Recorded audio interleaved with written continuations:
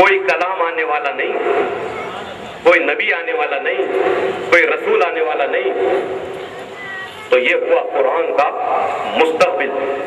تو اللہ تبارک و تعالیٰ اپنی ذات کو تینوں زمانوں سے یاد فرما کر کے بتانا ہے، ہم ایسا زبردست کلام سارے رسولوں کے تاجدار پر نازل کر رہے ہیں جو کہ تغیر سے، تبدل سے، تحریف سے، معنی مطالب سے، اس کے ایک ایک حرف سے، زبر زیر پیش سے، اس کے ایک ایک نقطے سے نہ اس کو بدلا جائے گا، نہ کوئی بدلنے کی طاقت رکھتا ہے، نہ ماضی میں بدل سکا، نہ حال میں بدل سکا، نہ صبح قیامت تک کوئی بدل سکے گا۔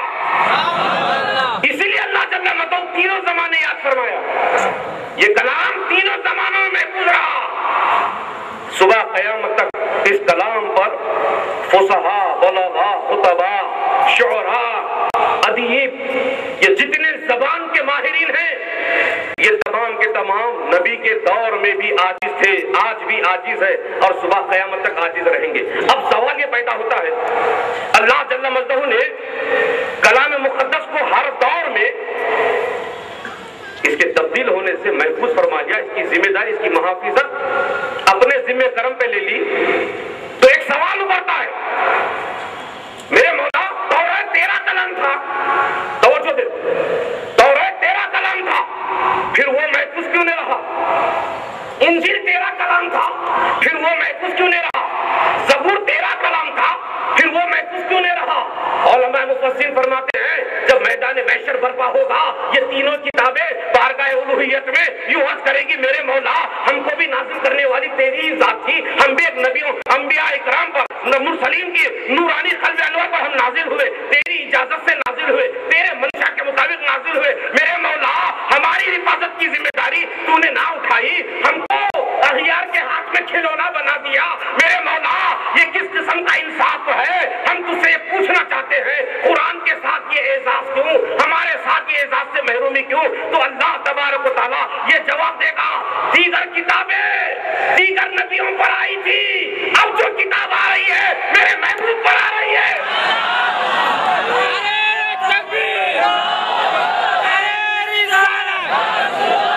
نسبت قائم ہونے سے قانون بدل جاتا ہے، نسبت قائم ہونے سے ماحول بدل جاتا ہے۔ تو عزیزان ملت اسلامیہ، اللہ تبارک و تعالیٰ ان تینوں کتابوں کو مایوس نہیں کرے گا، توجہ دے، تینوں کتب آسمانی کو مایوس نہیں کرے گا۔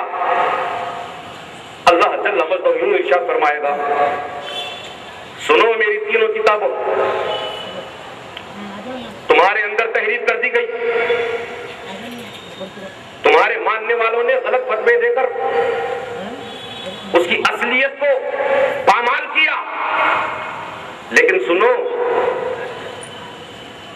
اے توریت، تیرے اندر جتنے احکام ہیں، اے زبور تیرے اندر جتنے مسائل و فضائل ہیں، اے انجیل تیرے اندر جتنے علوم کا خزانہ ہے، اور اس کے علاوہ جتنی اور 100 آسمانی کتابیں ہیں، ان تمام کے معارف اور حقائق کو ہم نے ان تمام کتابوں سے نکال کر سب کو قرآن کی زینت بنا دیا۔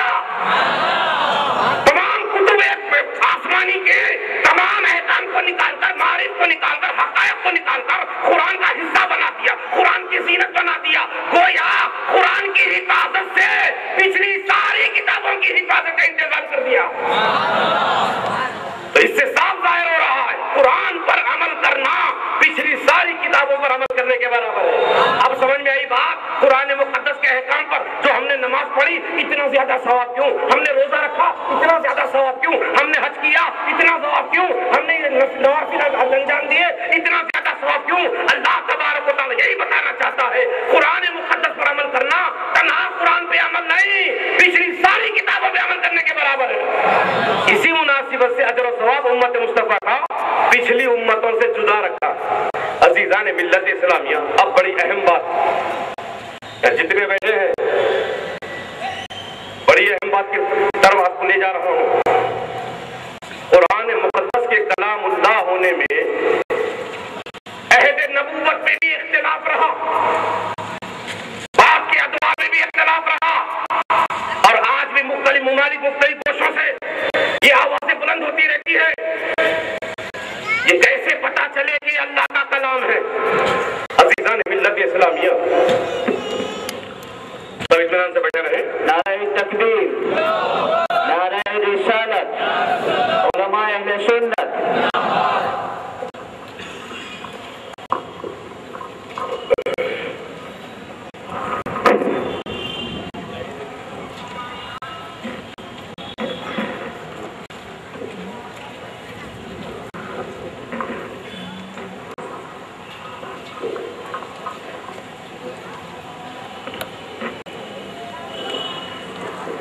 دلیل ابھی شہر نشین پہ مراد آباد سے آئی ہوئی ممتاز شخصیت علامہ غلام مکی صاحب قبلہ دامت و برکاتیہ رونق اسٹیج ہے۔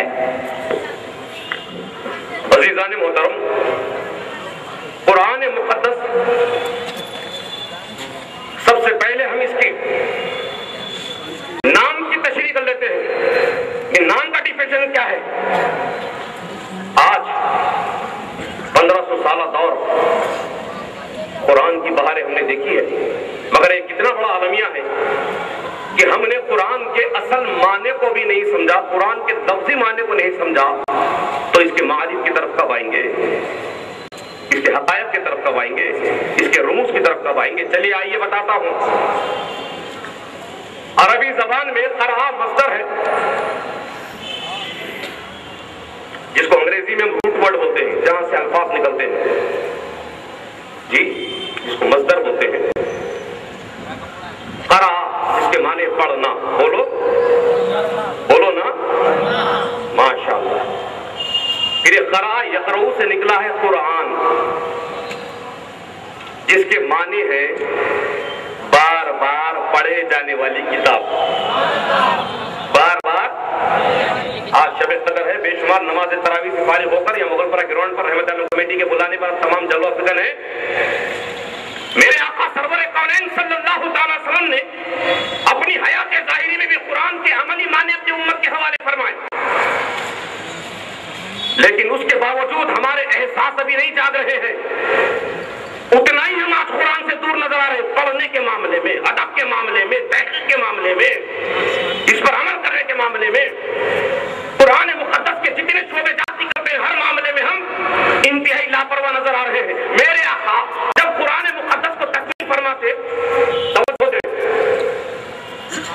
جس روز قرآن مقدس تکمیل ہوتا اس روز میرے آقا، آپ کا میرا پڑھنے کا طریقہ یہ ہے کہ قرآن کو ہم نے پڑھنا شروع کیا، الحمدللہ رب العالمین من الجنۃ والناس صدق اللہ العظیم، یہ آپ کا میرا طریقہ ہے۔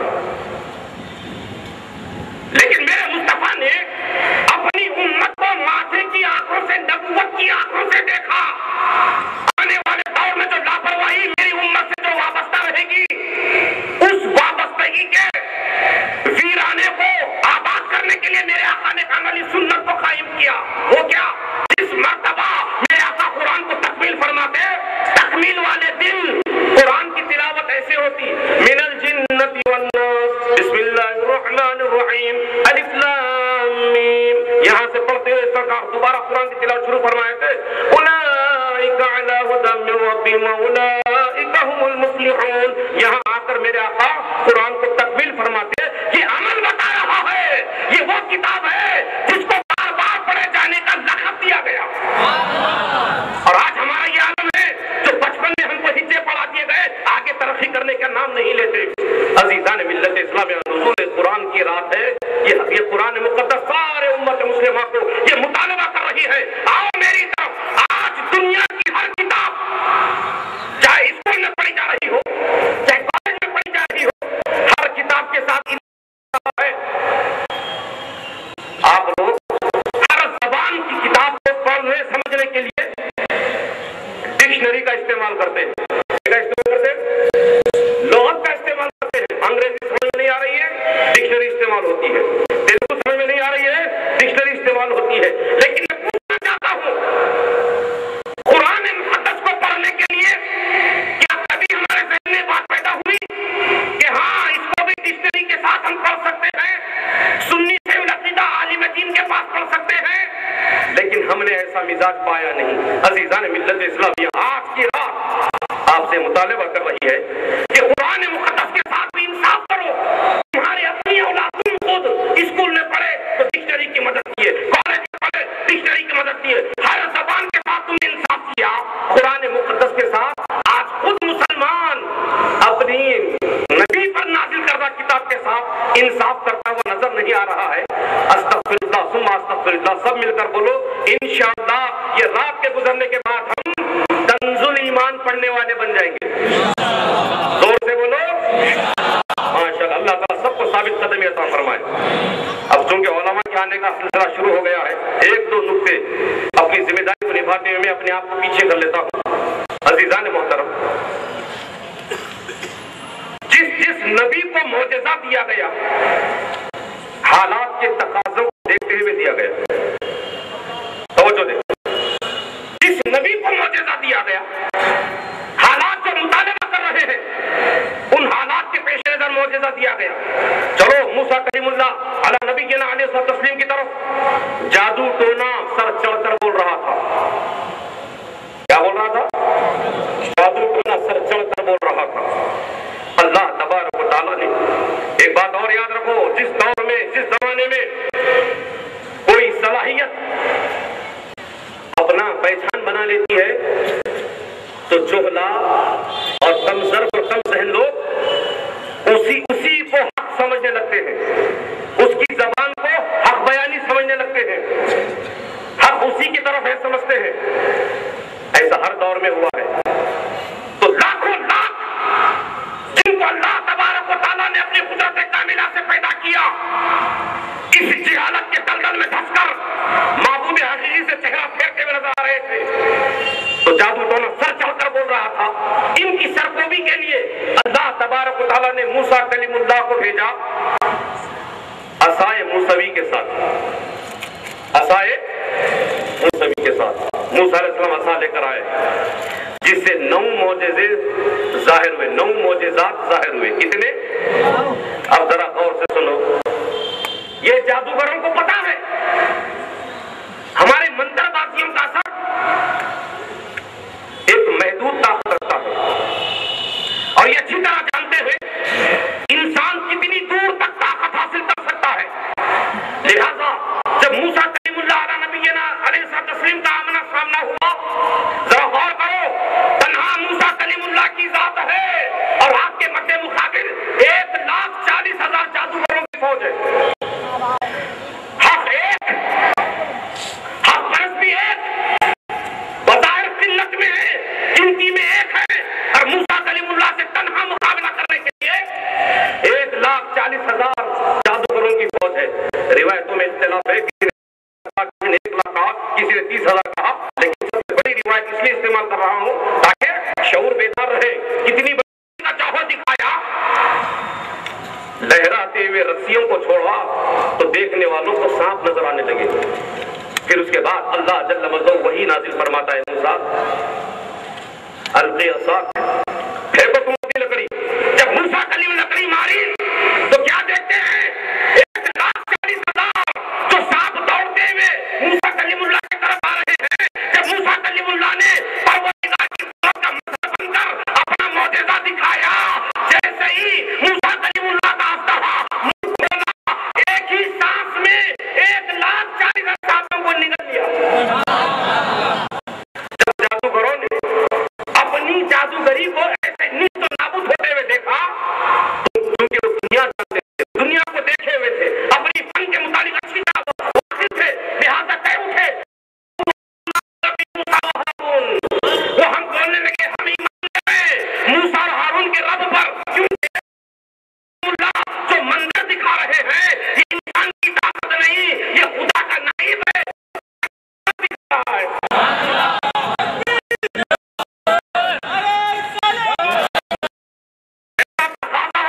نبیوں کو معجزہ ویسا دیا جاتا ہے.